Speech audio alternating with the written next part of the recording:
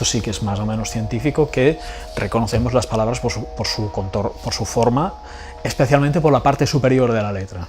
¿Mm? O sea, se reconocen mejor la parte superior de las letras que las partes inferiores, de las cosas porque las partes superiores son más distintas, ¿eh? Es decir, para que me entiendas, una U y una D, la parte de abajo es prácticamente igual, ¿no? En cambio la parte de arriba se distingue más. El campo donde se mueve el diseñador gráfico es en el campo de los mensajes cortos en cuanto a texto. Aquí sí que es verdad que puede escoger entre una gama muy grande de tipografías. Y es aquí donde utiliza la capacidad expresiva de las formas y lo que connotan las letras, ¿no? Tienen connotaciones culturales, de época, de estilo. Es el timbre, es el tono con el que decimos las cosas. La Helvética es una letra muy conocida, es una letra que implica, por ejemplo, se le supone como neutralidad, frialdad, pero también, por ejemplo, autoridad, ¿no? Es una letra helvética o parecidas a la helvética, que muchas es la letra que utilizaríamos, por ejemplo, en medicamentos, ¿no? O incluso, por ejemplo, en los paquetes de tabaco, las advertencias de que es peligroso fumar, está escrito con helvética. Cualquier otro estilo que se alejase de la manera como vemos la helvética distorsionaría este mensaje, sería percibido de otra manera. Con los logotipos ocurre justamente que es una palabra con una forma determinada, con unos colores determinados, está marcada de una manera para que tú no leas esta palabra, ¿no? Es decir, la leas solo una vez en la vida y no vuelvas a leerla nunca más, ¿no? Cuando lees Coca-Cola no lees Coca-Cola, sino que ves Coca-Cola, ¿no? De ahí que puedas hacer este tipo de juegos tan típicos de cambiar unas letras con otro significado, ¿no? Y de esto puedes hacer una camiseta o hacer un chiste gráfico, ¿no? De esta cosa. La forma de tu cerebro va a cambiar y se va a especializar para procesar ese artefacto, ¿no? Sobre todo ese procesamiento rápido de una serie de caracteres que se parecen a líneas y formas, y por tanto tienes que con el tiempo ser capaz de codificar esos patrones de forma rápida, con lo cual sobre todo lo que sería la conexión entre las áreas primarias del cerebro visuales, ¿no? Áreas secundarias y lo que se llamaría el giro fusiforme, que son las áreas temporales inferiores del córtex temporal, pues toda la conectividad y la especialización que se produce ahí va a ser distinta en un cerebro lector de uno no lector, ¿no? Va a cambiar de alguna forma seguramente porque cada aprendizaje cambia estructuralmente tu cerebro, con lo cual esa especialización va a ser enorme, ¿no? Por las dos vías seguramente, por la vía más léxica, por la vía subléxica de cambio de patrones ortográficos a sonoros, por ejemplo, ¿no?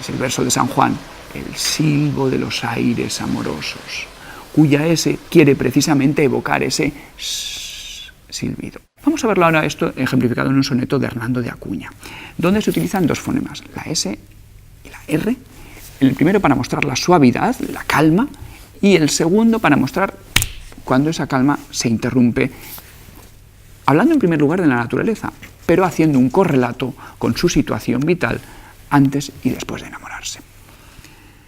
Como vemos que un río mansamente, por do no haya estorbo, sin sonido, sigue su natural curso seguido, tal que aún apenas murmurar se siente, pero si topa algún inconveniente, rompe con fuerza y pasa con ruido, tanto que de muy lejos es sentido el alto y gran rumor de la corriente.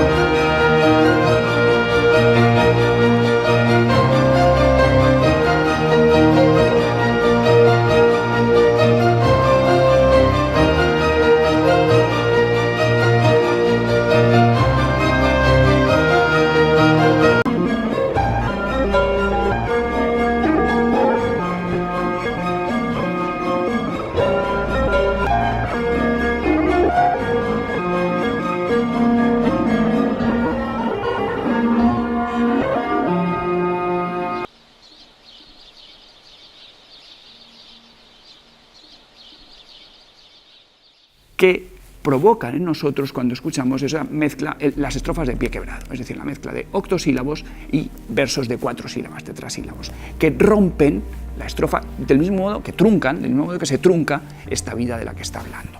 Avive el seso y despierte contemplando cómo se pasa la vida, cómo se viene la muerte, tan callando. Cuán presto se va el placer, cómo, después de acordado, da dolor. Cómo a nuestro parecer, cualquiera tiempo pasado fue mejor. Esos versos que quedan colgando, contemplando, tan callando, da dolor, fue mejor, subrayan los aspectos esenciales y lo hacen desde el punto de vista del contenido, por la carga semántica de cada palabra, pero también por el verso truncado y por la rima en agudo. ¿Qué nos queda al final? Contemplar, callar, dolor, mejor.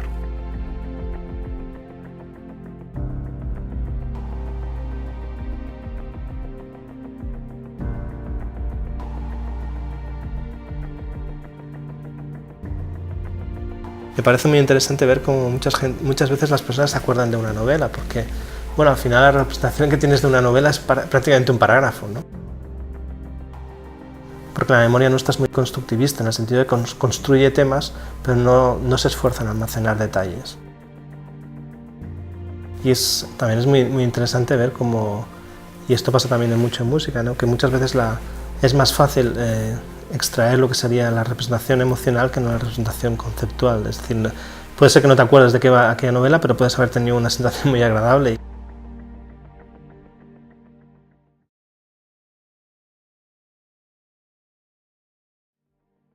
Y es que el resultado de leer un texto no es el mismo que leer una palabra. De hecho, lo importante no son solo el acceso léxico que haces en cada palabra cuando la estás leyendo, sino lo que importante es la segunda representación que estás creando, ¿no? Y es que en paralelo estás creando representaciones semánticas de lo que sería el discurso que estás procesando, ¿no? Es decir, tú estás generando significados y a la vez estás generando como una especie de representación que llamamos en inglés es GIS, pero que sería representación temática del contexto, ¿no? Y esa información la estás almacenando independientemente de alguna forma, ¿no? Y de hecho cuando tú haces, en pacientes por ejemplo, les evalúas muchas veces la capacidad que tienen de recordar el significado de un texto.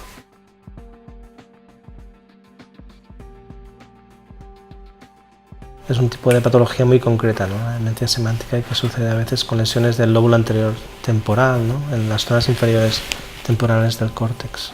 Un fallo de acceso sobre todo conceptual, no tanto léxico o de palabras, etcétera, sino que de alguna forma pues, falla lo que sería el significado de las palabras, ¿no? Es decir, falla lo que sería ser capaces de dar un sinónimo en un punto determinado respecto a otra palabra, integrar el significado, etcétera, ¿no?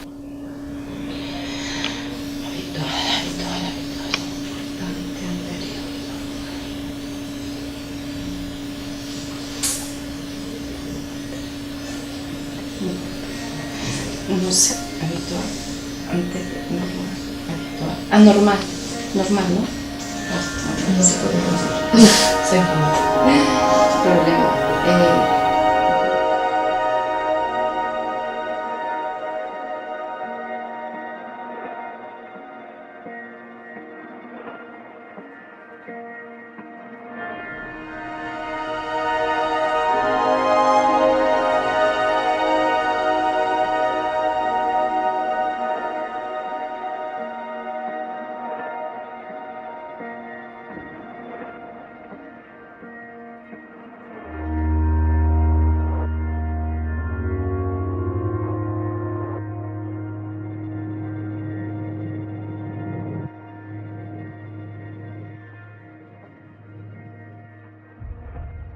Y hablaba de que existía una representación en el córtex premotor que tenía ambas finalidades, percepción y aspectos motores, ¿no?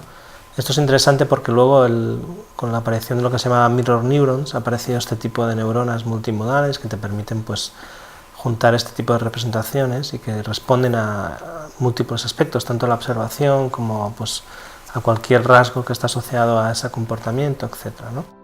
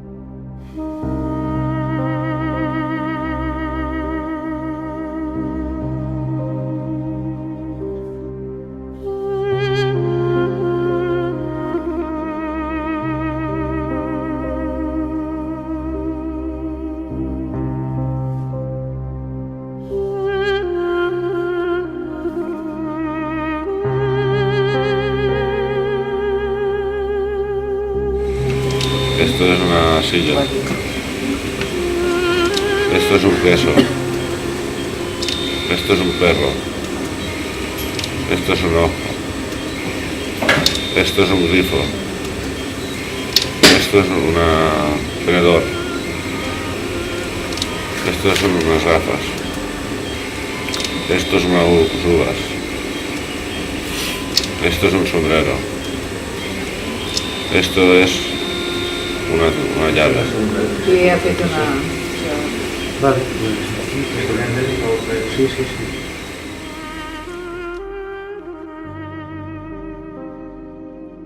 Un pobre le fue a pedir limosna a un rico y este no le dijo nada. Entonces el rico se enfadó y le tiró una piedra al mendigo. El pobre cogió aquella piedra, se la guardó entre sus harapos y dijo: la guardaré hasta que llegue la hora de tirártela.